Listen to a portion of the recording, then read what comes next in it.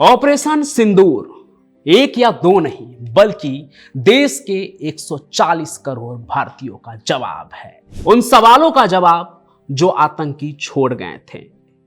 जब उस आतंकी ने कहा था ना, मोदी को बोलो, आज मोदी के साथ पूरा देश बोल रहा है और उसकी आवाज सुन रहा है पाकिस्तान। पाकिस्तान में पिछले रात जो कुछ भी हुआ वो उनके कर्मों का ही नतीजा है, जिसका मंजर आज हम देख रहे हैं।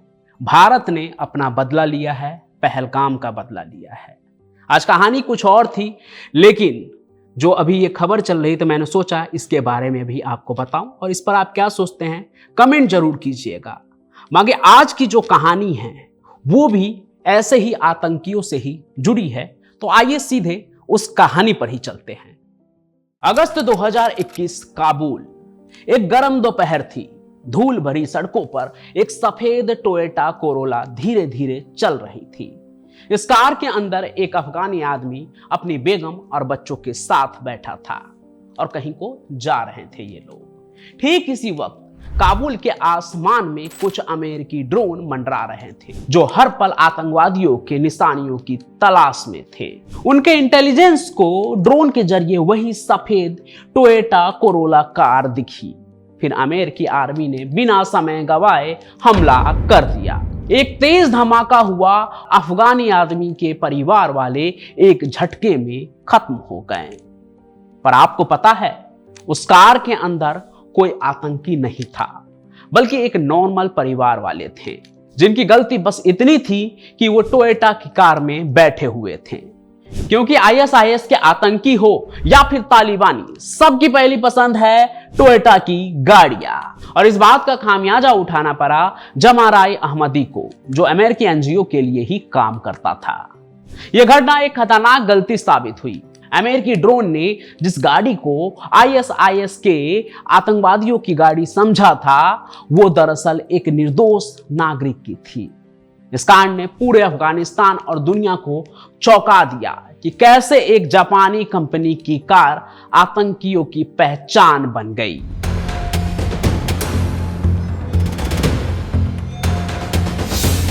नमस्कार दोस्तों, आज हम आपको एक ऐसी कहानी सुनाएंगे जो शायद आपने कभी ना सुनी हो। एक ऐसी कहानी जो दुनिया के सबसे बड़ी कार कंपनियों में से एक और आतंकवाद के बीच उलझ गई है।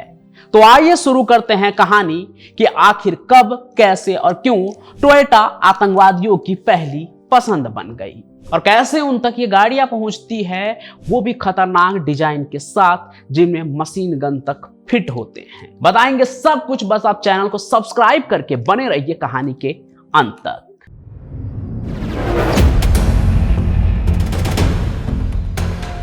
ये कहानी शुरू होती है 1980 के दशक में, तब जब यूएसएसआर ने अफगानिस्तान पर अपना कब्जा जमा लिया था। जब मुजाहिदीन जो यूएसएसआर के खिलाफ लड़ रहे थे, उनको अमेरिका की तरफ से हथियार, ट्रेनिंग और कुछ ऐसे इक्विपमेंट दिए गए थे जो उनका काम आसान बनाने में मददगार साबित हुए। उन टूल्स में एक था टोयोटा हिलक्स। जी हाँ, ये वही टोयोटा हिलक्स थी जो आज आपको दुनिया के हर युद्ध क्षेत्र में दिखती है, जहां भी आतंक का एक नया रंग भरने की कोशिश हो रही है। हालांकि भारत में भी कई लाखों लोगों के पास टोयोटा की गाड़ियां होंगी, पर इस कंपनी की गाड़ी से आतंकियों को बहुत प्यार है। तो टोयोटा हिलक्स एक छोटी सी पिकअप ट्रक है, ना ज्यादा महंगी है ना ज्यादा नाजुक। कुल मिलाकर कहें तो वो बजट फ्रेंडली भी है और टफ व्हीकल भी है। पहली बार जब सीआईए ने इस ट्रक को अफगान लड़ाकों को दिया, तो किसी ने ये सोचा भी नहीं था कि ये एक ऐसा आइकन बन जाएगा जो आज भी युद्ध के मैदान में दिखने लगेगा। आगे इस गाड़ी की पॉपुलैरिटी ऐसी बढ़ी कि सूडान, सोमालिया, लेबनान, इराक और सीरिया सब जगह टोयोटा ट्रक दिखे। ये ट्रक वहां तक भी जा पहुंचे जहां ना रोड थी ना कोई नियम, जिसके बारे में साल 2010 में न्यूज़वीक में लिखा गया था कि टोयोटा हिलक्स हर जगह है। ये ट्रक विद्रोही युद्ध का AK-47 बन चुका है।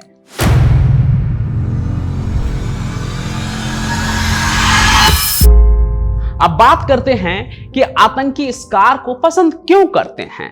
तो देखिए, हिलक्स जो है ना वो एक ऐसा कार कम ट्रक है जो न सिर्फ रेगिस्तान में चलता है बल्कि जंग के मैदान में भी काम आता है।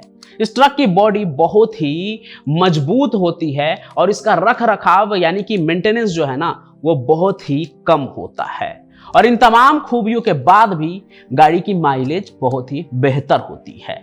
इसे समझने के लिए आपको एक और वाक्य बताता हूं। साल 2006 में ब्रिटिश शो टॉप गियर ने एक एक्सपेरिमेंट किया था।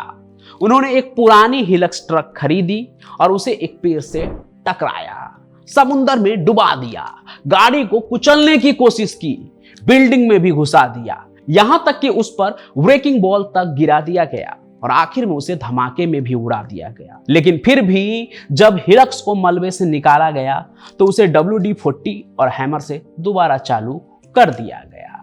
यानी कि सिर्फ स्पेयर पार्ट साफ करने वाले स्प्रे और हथौड़े की मदद से दोबारा उसके इंजन को शुरू कर दिया गया। ना कोई नए स्पेयर पार्ट्स लगे और ना ही नई बैटरी। अब भला ऐसी गाड़ी को कौन नहीं खरीदना चाहेगा, और आतंकियों को तो ऐसी ही गाड़ी चाहिए होती है जो हर इलाके में चल सके, कहीं भी घुस सके, धमाके से भी बच निकले और उस पर मशीन गन भी माउंट हो सके। इसलिए ही टोयोटा हिलक्स उनकी पहली पसंद बन गई।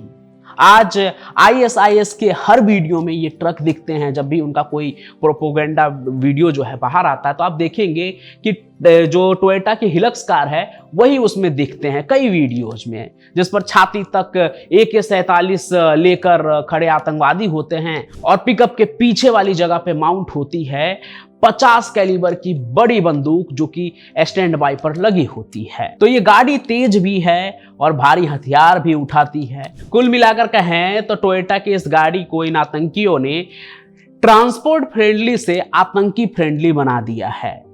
पर सवाल ये है कि टोयोटा की ये ट्रक उनके पास कैसे आए।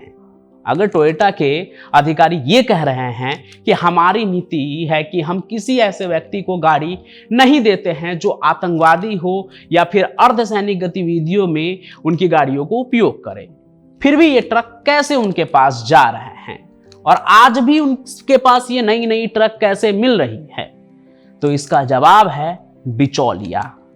देखिए, ये ट्रक सीधे किसी एक देश से दूसरे देश में नहीं आते हैं। ट्रकों को पहले खाड़ी देशों यानी कि संयुक्त अरब अमीरात, सऊदी अरब, कतर ऐसे देशों में बेचा जाता है। फिर वहां से ये किसी फर्जी नाम वाले डीलर के जरिए काला बाजार में चली जाती है और फिर तस्करी के जरिए ये ट्रक जो है सीरिया, इराक और लीबिया तक पहुंच जाते हैं। ABC न्यूज ने 2015 में रिपोर्ट किया था कि इराक के राजदूत लुकमान फैली ने खुद कहा, हमें ये समझ नहीं आता कि इतनी नई टोयोटा की ट्रक जो है इनके पास कैसे आई। ये ट्रक सिर्फ नई ही नहीं खरीदी गई थी बल्कि उन्हें मॉडिफाई भी किया गया था। उनके पीछे की सीटें हटा दी गई थी और उन पे गन माउंट लगाए गए थे। सस्पेंशन को मजबूत किया गया था और बुलेट प्रूफिंग भी की गई थी। टोयोटा तो इस पर भी कहती है कि हम किसी ऐसे कस्टमर को गाड़ी नहीं देते, नहीं बेचते जिनका इरादा गलत हो। लेकिन जब एक बार गाड़ी डीलर के पास चली जाती है तो हम उस पर कंट्रोल नहीं रख सकते। मतलब ये कि अगर दुबई या जॉर्डन के शोरूम से 100 हिलक्स ट्रक बिकती है तो टोयोटा जापान को सिर्फ इतना ही पता होता है कि उनकी गाड़ियां उन देशों में बिक रही है, लेकिन ये नहीं पता होता है कि वो ट्रक आखिर कहां जा रही है, किसके पास जा रही है, किस कस्टमर को बेचा जा रहा है। हालांकि टोयोटा कोई छोटी कंपनी नहीं है। अगर वो चाहें तो अपने डीलरों के लिए वेरिफिकेशन सिस्टम जरूर बहाल कर सकते हैं, लेकिन भला कोई अपनी कंपनी का घाटा क्यों चाहेगा। हालांकि आज दुनिया भर में आतंक के खिलाफ युद्ध चल रहा है।